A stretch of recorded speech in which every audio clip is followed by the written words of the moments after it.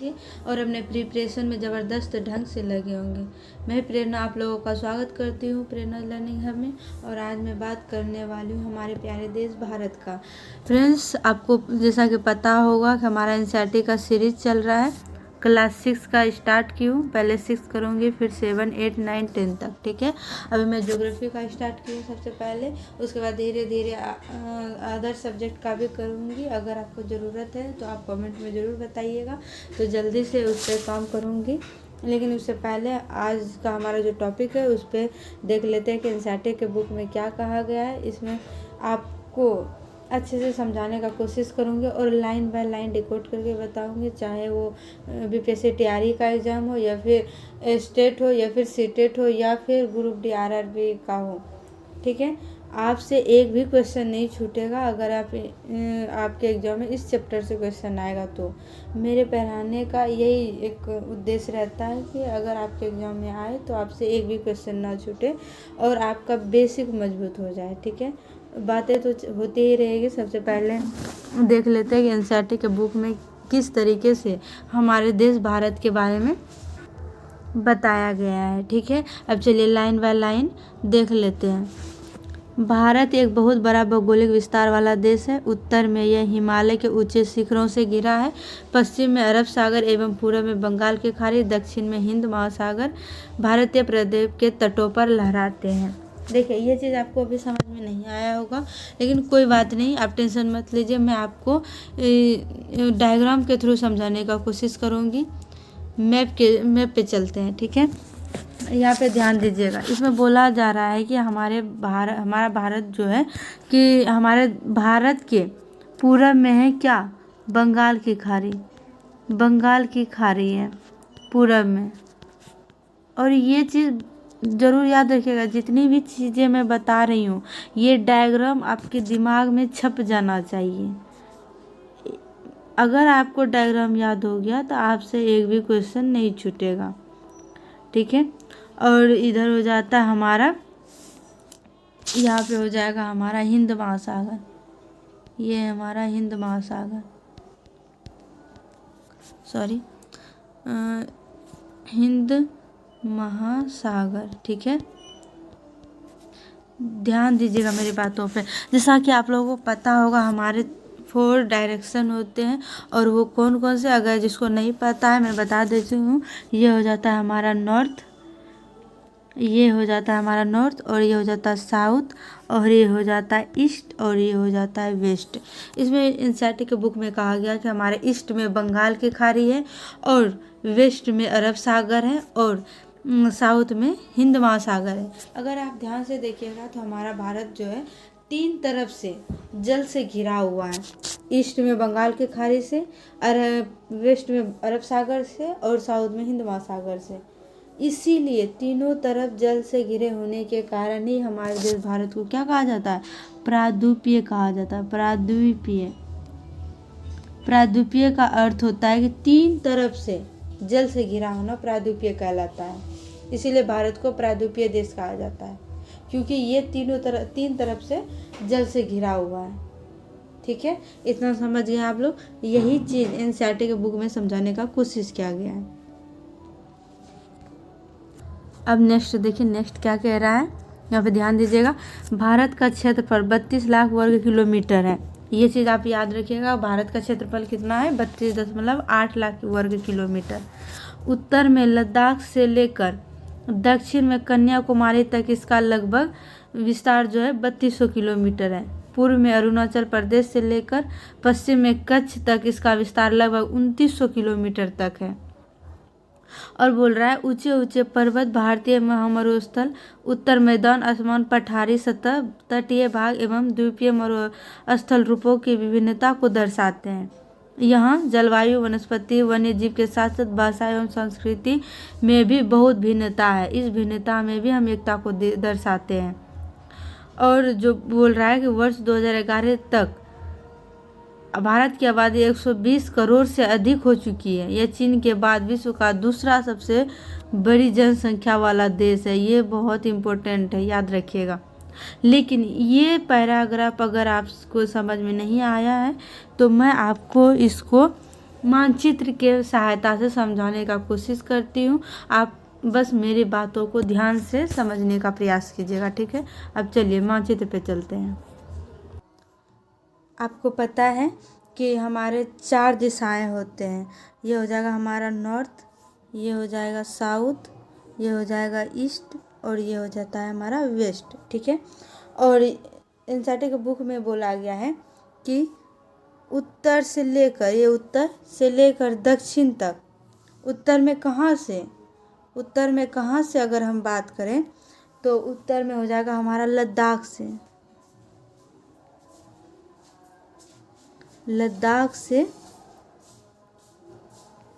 से और हमारा साउथ में कन्याकुमारी तक।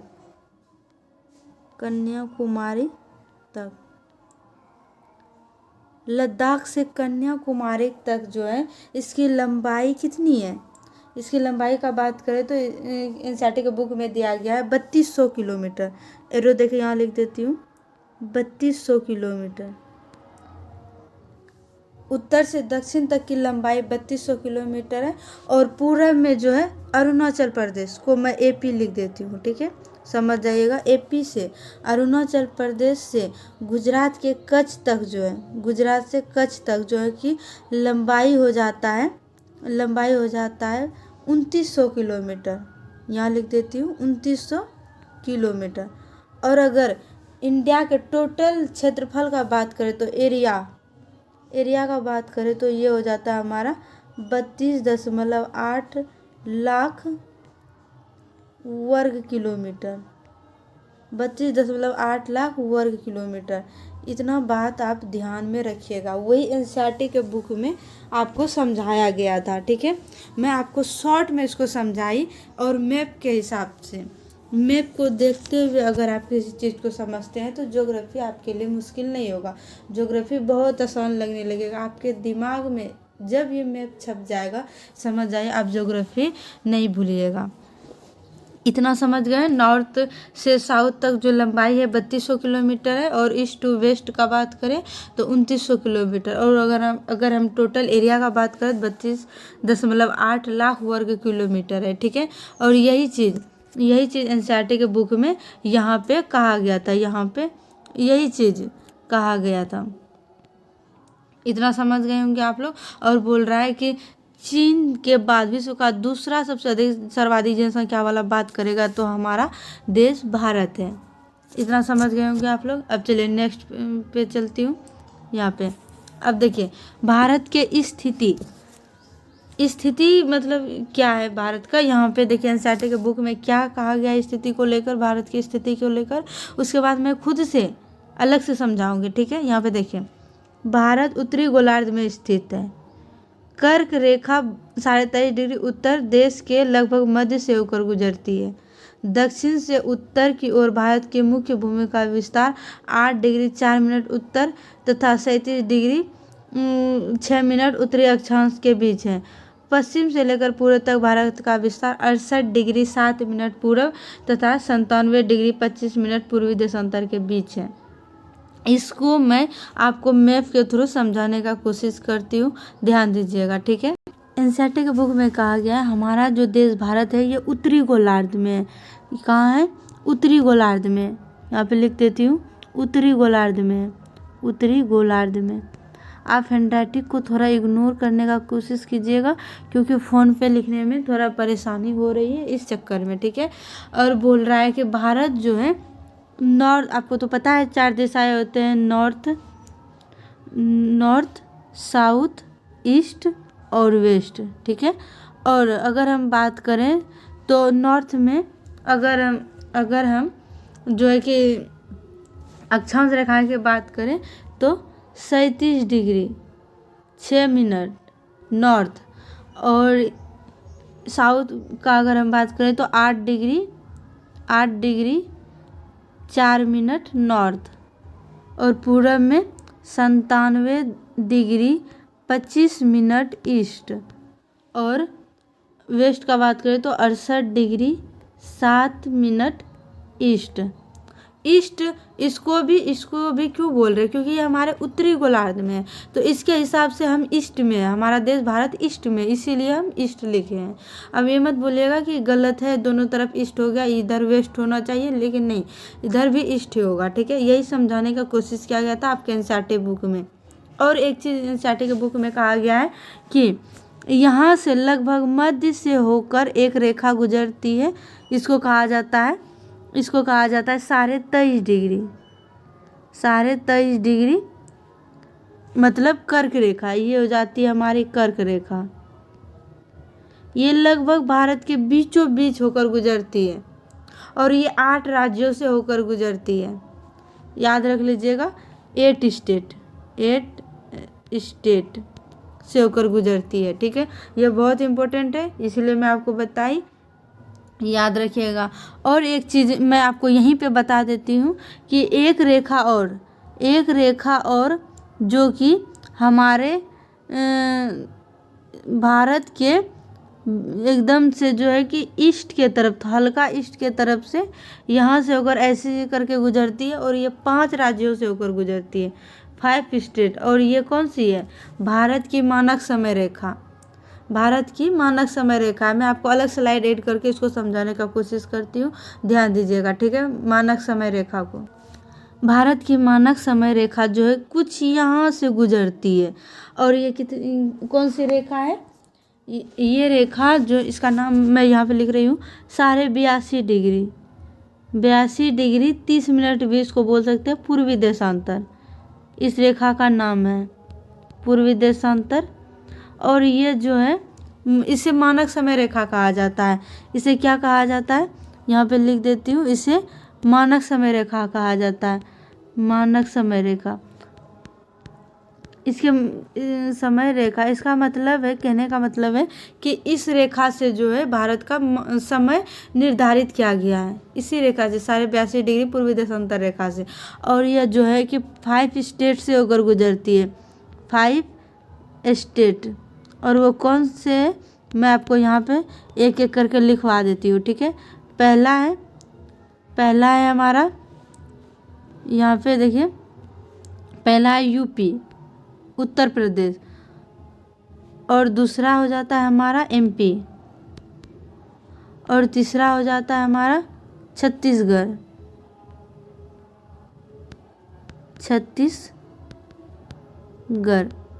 ठीक है। और चौथा हो जाता है हमारा उड़ीसा, और 5वां हो जाता है आंध्र प्रदेश।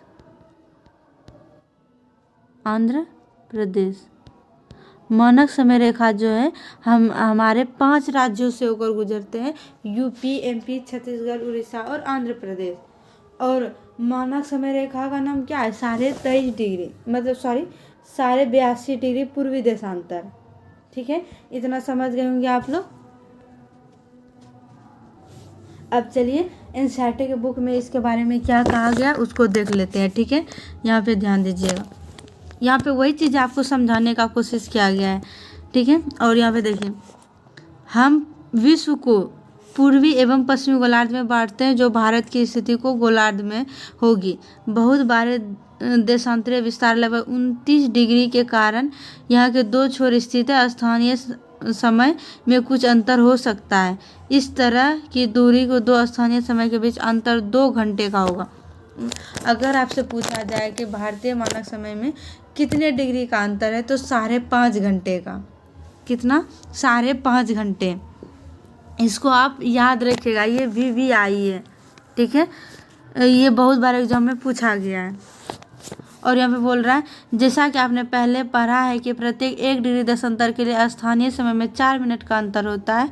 पश्चिम में गुजरात की अपेक्षा पूर्व के अरुणाचल प्रदेश में सूर्योदय लगभग 2 घंटे पहले होता है। आप पढ़ चुके हैं कि 82 डिग्री मतलब 82 डिग्री 30 सेकंड पूर्वी देशांतर के स्थानीय समय को भारत का मानक समय रेखा क्यों कहा गया है। इसे यमुनोत्तर को भारत का मानक समय यमुनोत्तर भी कहा जाता है। अभी आपको बताया कि 82 डिग्री 30 मिनट को जो है कि मानक समय रेखा कहा गया है। क्यों, क्योंकि यह भारत के लगभग बीचों बीच से होकर गुजरती है, ठीक है। और ग्रीनविच समय से जो है कि 5.5 घंटा आगे है हमारे देश भारत का मानक समय, ठीक है। आप इसको याद रखिएगा, ये VVI कर लीजिए, कहीं पे नोट भी कर सकते हैं आप, ठीक है। और यहाँ पे देखिए कुछ बॉक्स में दिया गया है, उसको भी देख लेते हैं। बड़े देश जिनका विस्तार पूर्व से पश्चिम की ओर अधिक होता है, वहाँ पूरे देश का मानक समय एक नहीं होता है। संयुक्त राज्य अमेरिका में 7 एवं कनाडा में 6 मानक समय है। क्या आपको पता है कि रूस में कितने मानक समय है? देखिए यहाँ पे बोल रहा है अमेरिका में जो है 7 मानक समय रेखा और कनाडा में 6 मानक समय रेखा है। क्यों? क्योंकि ये दोनों देश जो है क्षेत्रफल की दृष्टि से बड़ा है, इसका लंबाई चौड़ाई बड़ा है, जिसके वजह से इसके मानक समय रेखा को 7 भागों में बांटा गया अमेरिका के। क्यों? क्योंकि वहाँ के समय में जो है अंतर ना आए। इतना समझ गए आप लोग? अब चलिए नेक्स्ट पे चलते हैं। नेक्स्ट देख लेते हैं। नेक्स्ट देखिए तो यहाँ भारत के पड़ोसी देश दिया गया है, ठीक है। यहाँ पे ध्यान दीजिएगा, भारत जो है 7 देशों के स्थलीय सीमाएं इसकी सीमाओं से जुड़ी हुई है। इन देश के नाम का पता लगाइए। मैं आपको यहाँ पे लिखवा देती हूँ, जैसा कि आप यहाँ पे भी देख सकते हैं कि पाकिस्तान, अफगानिस्तान, चीन, भूटान, नेपाल, म्यांमार, बांग्लादेश, ये हो गया हमारा 7, ठीक है। आपको मैं यहाँ पे लिखवा भी देती हूँ। यहाँ पे देखिए 7 स्टेट, 7 स्टेट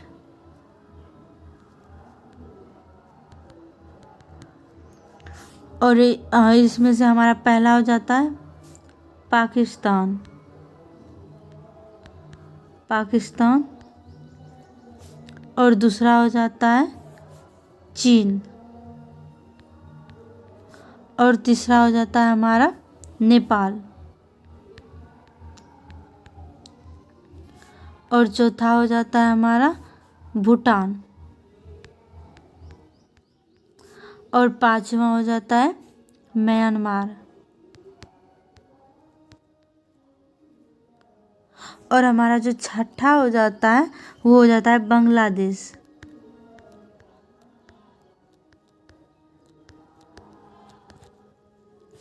और 7वां हमारा हो जाता है एवं लास्ट अफगानिस्तान। यहाँ पे लिख देती हूँ अफगानिस्तान, ठीक है। ये हैं हमारे 7 देश जो कि भारत के साथ सीमा साझा करते हैं, ठीक है।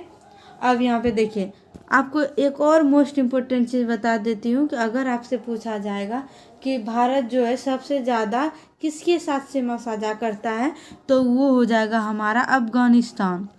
कितना? 4096 किलोमीटर, सबसे ज़्यादा, सर्वाधिक। अगर आपसे क्वेश्चन के थ्रू पूछ लिया जाएगा तो आप बता दीजिएगा। और आपको जानकारी के लिए बता दूं कि ये BPSC TRE में पूछा गया क्वेश्चन है, तो आप इस चीज़ को ध्यान में रखिएगा, ठीक है। अब चलिए आगे देखते हैं। आगे हैं, देखिए आगे यहाँ पे भारत के राजनीतिक मतलब राजनीतिक बंटवारे के हिसाब से। अब आगे देखिए यहाँ पे जो है भारत राजनीतिक विभाजन।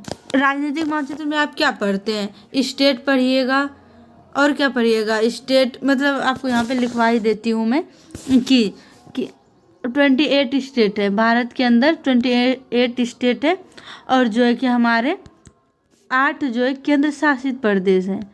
8 जो है केंद्र शासित प्रदेश हैं, केंद्र शासित प्रदेश, ठीक है। और जो अगर हम कैपिटल का बात करें तो KP, हिंदी में लिख देती हूँ, हिंदी मीडियम स्टूडेंट को तो परेशानी हो सकता है। अगर हम राजधानी की बात करें तो क्या है भारत की राजधानी? दिल्ली। और ये कब बना है? अगर आपसे पूछा जाएगा भारत जो है मतलब दिल्ली जो है भारत की राजधानी के रूप में कब से कार्य कर रही है, तो ये हो जाएगा हमारा 1912 से। 1912 से। इतना समझ गए होंगे आप लोग, ठीक है। अब चलिए नेक्स्ट पे चलते हैं। अब नेक्स्ट यहाँ पे भौतिक विभाजन के हिसाब से दिया गया। देखिए भारत का भौतिक विभाजन, भौतिक विभाजन में आप लोग क्या पढ़िएगा, भौतिक विभाजन के अंतर्गत आ जाता है जैसे कि पर्वत, पठार, मैदान और नदी वगैरह, ये आप भौतिक विभाजन में पढ़ते हैं। और इसको इन सारे चीज़ पे जो है पिछले चैप्टर में चैप्टर 6 में अच्छे से इसको डिफाइन की हूँ और अच्छे से डिस्कशन की हूँ, तो आप उसको जाकर जरूर देख लीजिएगा। आपका सारा डाउट क्लियर हो जाएगा कि पर्वत क्या है, पठार क्या है, मैदान क्या है या फिर नदी क्या है। ठीक है, इतना समझ गए आप लोग। अब चलिए नेक्स्ट देख लेते हैं कि क्या है। यहाँ पे देखिए भौतिक विभाजन को डिटेल में बताया गया है। यहाँ पे देखिए भौतिक विभाजन, देखते हैं भौतिक विभाजन के विषय में एनसीईआरटी के बुक में क्या कहा गया है। अब देखिए ध्यान दीजिएगा, भारत में पाए जाने वाले भौतिक आकृतियाँ विभिन्न प्रकार की हैं, जैसे कि पर्वत, पठार, मैदान, तट एवं द्वीप समूह। और ये पर्वत क्या है, पठार क्या है, मैदान क्या है, तट क्या है, इन सारे चीज़ों पे मैं बात कर चुकी हूँ पिछले चैप्टर में। आप लोग ज़रूर देख लीजिएगा, प्लेलिस्ट बना हुआ है। ठीक है, अब देखिए उत्तर में बर्फ से ढका हिमालय संतरी का कार्य करता है। उत्तर में हिमालय है, आप लोगों को पता होगा। हिम प्लस आलय का मतलब होता है बर्फ का घर। हिमालय पर्वत के 3 मुख्य समतल श्रृंखलाओं में बांटा गया है। सबसे उत्तर में स्थित श्रृंखला को बृहद हिमालय या हिमाद्री कहा जाता है। इसी श्रृंखला में विश्व की सबसे ऊंची शिखर है मध्य हिमालय एवं हिमालय, जिसे हिमालय भी कहा जाता है, हिमाद्री के दक्षिण में स्थित है। बहुत से लोकप्रिय पहाड़ी यहाँ पे स्थित है। 5 पहाड़ी स्थानों के नाम के पता लगाइए। शिवालिक सबसे दक्षिण में स्थित श्रृंखला है। अब आपको ये मैप के थ्रू समझाने का कोशिश करती हूँ, ध्यान दीजिए। अगर आप देखिएगा तो हिमालय जो है कुछ इस प्रकार से जो है हमारे भारत में इस प्रकार से 3 श्रेणी है, 3 पर्वत श्रेणी है। हिमालय मतलब 3 पर्वत श्रेणी में बटा हुआ है। और देखिए उसका नाम मैं बता देती हूँ आपको। ये हो जाता है हमारा सबसे पहला बृहद हिमालय।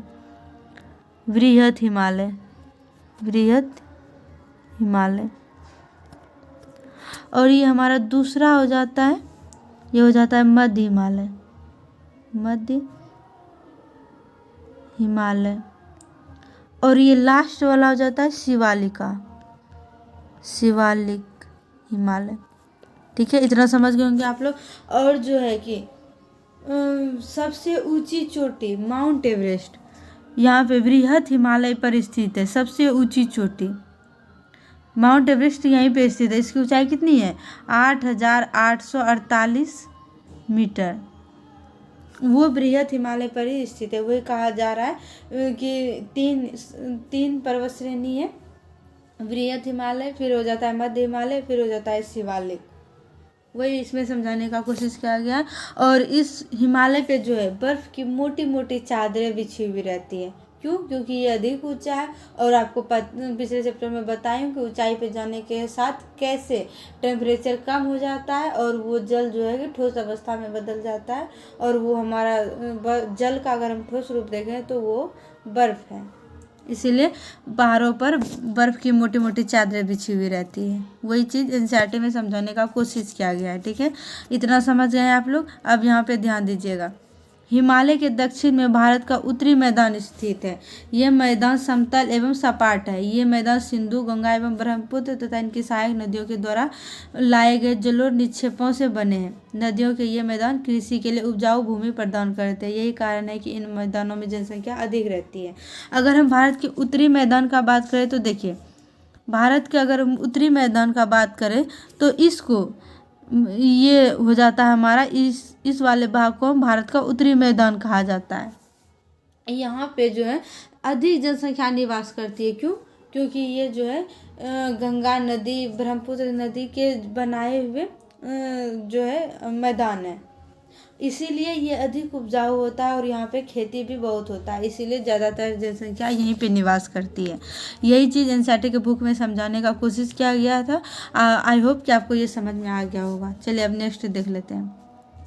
नेक्स्ट है, यहाँ पे देखिएगा, ध्यान दीजिएगा, भारत के पश्चिम भाग में भारतीय महामरुस्थल स्थित है। अब देखिए पश्चिम भाग किधर हो जाता है, पश्चिम भाग हमारा ये रहा पश्चिम भाग, ये है हमारा पश्चिम भाग। और यहाँ पे जो है मरुस्थल है, क्यों? क्योंकि यहाँ पे राजस्थान है, यहाँ पे आपको डेजर्ट मिलेगा, डेजर्ट राजस्थान के अंदर। वही आपको समझाने का कोशिश किया गया है कि यहाँ पे आपको मरुस्थल मिलेगा, पश्चिम में मरुस्थल है, ठीक है।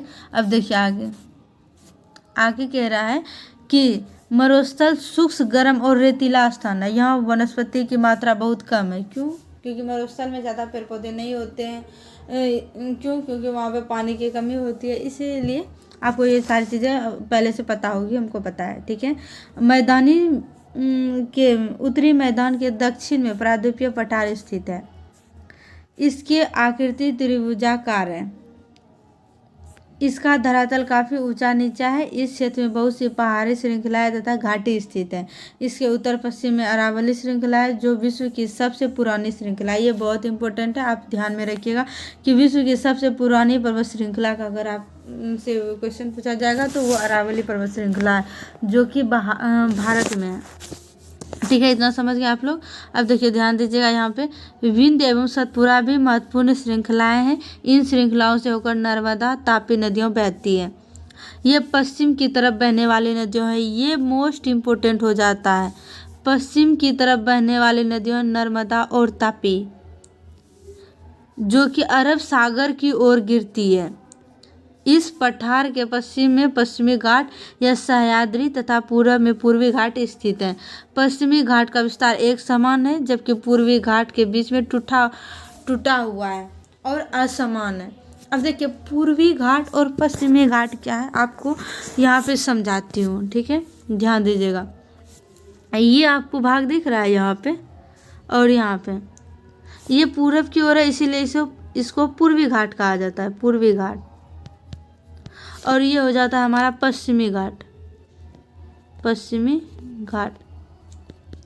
वही बोल रहा है यहाँ पे एनसीईआरटी के बुक में, ये पूर्वी घाट जो है टूटी फूटी है और ये पश्चिमी घाट थोड़ा कम टूटा फूटा है। क्यों? क्योंकि ज़्यादातर नदियों जो है इधर से चल के इधर ही गिरती है अरब सागर में, और नर्मदा और तापी जो है इधर अरब सागर में गिरती है, और इधर की सारी नदियों बंगाल के खारे में गिरती है, इधर की सारी नदियों बंगाल के खारे में गिरती है। इसीलिए नदी जो है कि पूर्वी घाट को काट देती है, इसलिए इसे टूटा फूटा कहा जाता है।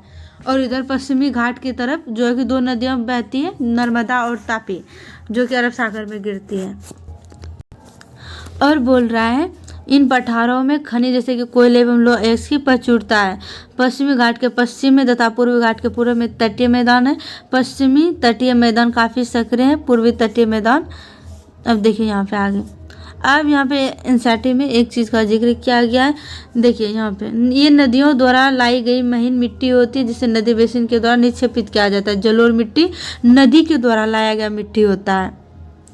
और बोलता है यहाँ पे सहायक नदी। अब यहाँ पे बताया गया सहायक नदी क्या है, बोला जा रहा है एक नदी या सरिता जो कि किसी मुख्य नदी से किसी भी तरफ से आकर मिलती है तथा अपने जल को मुख्य नदी में विसर्जित करती है। आपको ये डायग्राम के थ्रू समझाने का कोशिश करती हूँ, ध्यान दीजिएगा, ठीक है।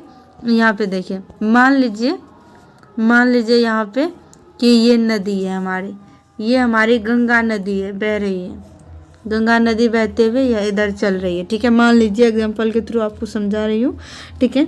और यहाँ पे देखिए ये गंगा नदी बह रही है और इधर से आई एक नदी, इधर से आई एक नदी, इधर से आई एक नदी, इधर से आए, इधर से आके जो है गंगा में मिल गई। ये सारी नदी गंगा में आकर मिल गई। तो ये सारी नदियों जो है, ये सारी नदियों जो आकर गंगा में मिली है, इसे ही सहायक नदी कहा जाता है। मतलब छोटी नदियों जो आकर बड़ी नदी में आकर मिल जाती है या फिर गिर जाती है, उससे सहायक नदी कहा जाता है। इतना समझ गए आप लोग। अब चलिए नेक्स्ट देख लेते हैं, और कुछ इम्पोर्टेंट है यहाँ देख लीजिए, ध्यान दीजिएगा, ठीक है। गंगा एवं ब्रह्मपुत्र नदियों विश्व के सबसे बड़े डेल्टे का निर्माण करती है, जिसे सुंदरवन का डेल्टा कहा जाता है। ये VVI कर लीजिए आप। सुंदरवन का डेल्टा कौन सी नदी बनाती है? गंगा और ब्रह्मपुत्र। और ये दुनिया का सबसे बड़ा डेल्टा है। डेल्टा का आकृति त्रिभुजाकार है। डेल्टा स्थल का वह भाग है जो नदी के मुहाने पर बनता है। जहाँ नदी समुद्र में प्रवेश करती है उस जगह को नदी का मुहाना कहा जाता है। एग्जाम्पल के थ्रू आपको समझाती हूँ, यहाँ पे ध्यान दीजिएगा, ठीक है। यहाँ पे मान लीजिए कि ये एक नदी आई, ठीक है। ये मान लीजिए कि ये है हमारी गंगा नदी, ये हमारी गंगा, ठीक है। और इधर से एक नदी आएगी, इधर से एक नदी आई, इधर से एक नदी आई, ये मान लीजिए ब्रह्मपुत्र है, क्योंकि यही दोनों नदी बनाती है डेल्टा ब्रह्मपुत्र। ये दोनों जहाँ पे मिलती है, ये दोनों जो मिली, तो इससे आगे वो जो है कि इसकी धाराएं आगे चल चल के नदी की धाराएं स्लो हो जाती है, वो और अवसाद को नहीं ढो पाता है। तो वो क्या करती है, यहाँ पे आगे जाते जाते ये नदियाँ जो धाराओं में बढ़ जाती है और इसकी गति धीमी पड़ जाती है, तो वहाँ पे अवसाद जमा हो जाता है, उसे ही डेल्टा कहा जाता है। और सुंदरवन का डेल्टा जो है कि सबसे बड़ा डेल्टा है, जो कि गंगा और ब्रह्मपुत्र नदी बनाती है। इतना समझ गए होंगे आप लोग। अब नेक्स्ट देख लेते हैं। डेल्टा आपको समझ में आ गया होगा, ये ऐसा मैं आशा करती हूँ, ठीक है। अब यहाँ पे बोल रहा है कि प्रवाल छोटे समुद्री जंतुओं के कंकाल है जिसे पॉपिल कहा जाता है। जो जीवित पॉलिप मरते हैं तब इसका कंकाल बच जाता है। अन्य पॉलिप की वृद्धि इन ठोस कंकालों के ऊपर होते रहते, जिससे बढ़ते बढ़ते काफी ऊंचे होते जाते हैं। इस प्रकार प्रवाल द्वीपों का निर्माण होते हैं। प्रवाल द्वीप कहा जाता है, जो बोला जा रहा है प्रवाल द्वीप, आप सुने होंगे प्रवाल द्वीप। लक्षद्वीप क्या है, प्रवाल द्वीप है। प्रवाल जो है एक समुद्री जीव होता है, जब वो मर जाता है तो उसी के ऊपर जो है कि दूसरा प्रवाल मला, उसी के ऊपर तीसरा प्रवाल मला, इस तरीके से वो प्रवाल द्वीप का जैसा निर्माण कर देता है, जो कि हमारा एग्जाम्पल के थ्रू लक्षद्वीप। यहाँ पे देखिए आपको एग्जाम्पल के थ्रू समझाया भी गया है प्रवाल का, वो इसमें कह रहा है प्रवाल द्वीप। आपको समझ में आ गया होगा। अब चलिए नेक्स्ट पे देख लेते हैं। पूरब की ओर बहने वाली नदियाँ हैं महानदी, गोदावरी, कृष्णा तथा कावेरी बंगाल की खाड़ी में गिरती है। ये नदी अपने मुहाने पर उपजाऊ डेल्टा का निर्माण करती है। बंगाल की खाड़ी गंगा एवं ब्रह्मपुत्र के नदियों पे मुहाने पर सुंदरवन का डेल्टा स्थित करती है। आपको एक सीधी सी बात बता देती हूँ, जो नदियाँ पूर्वी, मेरे कहने का मतलब है पूर्वी घाट के तरफ गिरेगी वह जो है डेल्टा का निर्माण करेगी, और जो अरब सागर में गिरेगी वह डेल्टा का निर्माण नहीं करती है। इतना समझ गए होंगे आप लोग। अब चलिए नेक्स्ट पे देख लेते हैं। यहाँ पे देखिए एनसीईआरटी के बुक में सुनामी का एक चित्र बड़े खूबसूरत सा दिया गया है, बच्चों की तरह समझाया गया सुनामी को, ठीक है, वो देख लीजिएगा आप लोग। और देखिए यहाँ पे आगे क्या कहा गया है। भारत के 2 द्वीप समूह है, लक्षद्वीप और अंडमान निकोबार द्वीप समूह। ये दक्षिण पूर्वी दिशा में बंगाल के खाड़ी में स्थित है। क्या आप जानते हैं कि कौन सा द्वीप समूह 2004 में सुनामी से प्रभावित था? ये है हमारा अंडमान निकोबार। 2004 में जो है सुनामी आया था, जिसमें से कि इसका 1-2 आइलैंड डूब गया था शायद, वही बोल रहा है। समाचार पत्रों एवं लोगों के जो है बोल रहा है कि पता करिए। और सुनामी भारतीय तट से टकराई थी। किस प्रकार लोगों से अलग अलग तरीके से इस चुनौती का सामना किया? सुनामी एक विशाल सागरीय तरंग है जो समुद्र तल पर भूकंप के कारण उत्पन्न होती है। ये चीज़ आप समझ गए कि सुनामी जो है समुद्रों में आती है, ये तो आपको पता ही होगा। और जो हमारे 2 द्वीप समूह है, लक्षद्वीप और अंडमान निकोबार द्वीप, भारत के 2 द्वीप समूह हैं, ठीक है। अब चलिए नेक्स्ट देख लेते हैं। इसी के साथ हमारा चैप्टर कंप्लीट होता है। अब जैसा कि आप लोगों को पता होगा, चैप्टर कंप्लीट होने के बाद हम क्वेश्चन आंसर को भी कर देते हैं, ताकि आपका कोई भी चीज़ ना छूटे, एक भी चीज़ मतलब मिस ना हो, ठीक है। अब चलिए इसके क्वेश्चन आंसर को देख लेते हैं। पहला नंबर दिया गया है कि भारत को कितने भौतिक भागों में विभाजित किया जा सकता है? उनके नाम लिखिए। इसका आंसर लिखिएगा 3 भागों में विभाजित किया जा सकता है, राजनीतिक, प्रशासनिक और भौतिक विभाजन, ठीक है। अब आगे देखिए। भारत की स्थलीय सीमा 7 देशों से जुड़ी हुई है, उनके नाम लिखिए। इसका नाम मैं लिखवा चुकी है, चुकी हूँ 7 देशों के। वो 7 देश कौन कौन से हैं? पाकिस्तान, चाइना, नेपाल, भूटान, म्यांमार, बांग्लादेश और अफगानिस्तान। और बोल रहा है कौन सी 2 प्रमुख नदी अरब सागर में गिरती है? इसको मैं अच्छे से समझाई हूँ, नर्मदा और तापी। और बोल रहा है गंगा एवं ब्रह्मपुत्र द्वारा बनाए गए डेल्टा का नाम लिखिए। ये तो आप खुद से मतलब आपसे रट गया होगा, ये सुंदरवन का डेल्टा। अब आगे देखिए, भारत में कितने राज्य तथा कितने केंद्र शासित प्रदेश हैं? किन राज्यों की राजधानी एक ही है? अब देखिए, भारत में जो है 28 राज्य हैं और 8 केंद्र शासित प्रदेश है। इतना तो आप पढ़ चुके हैं, लेकिन किन राज्यों की राजधानी एक ही है, इसका आप कमेंट में बताइएगा। इसका आंसर आप कमेंट में दीजिएगा, ठीक है। आपको याद नहीं होगा तो आप कहीं से भी ढूंढ के, बुक से देख के, गूगल से ढूंढ के, यूट्यूब से देख के, कहीं से भी ढूंढ के कमेंट में बताइएगा। मैं आपको हर क्लास में होमवर्क देती हूँ। क्यों?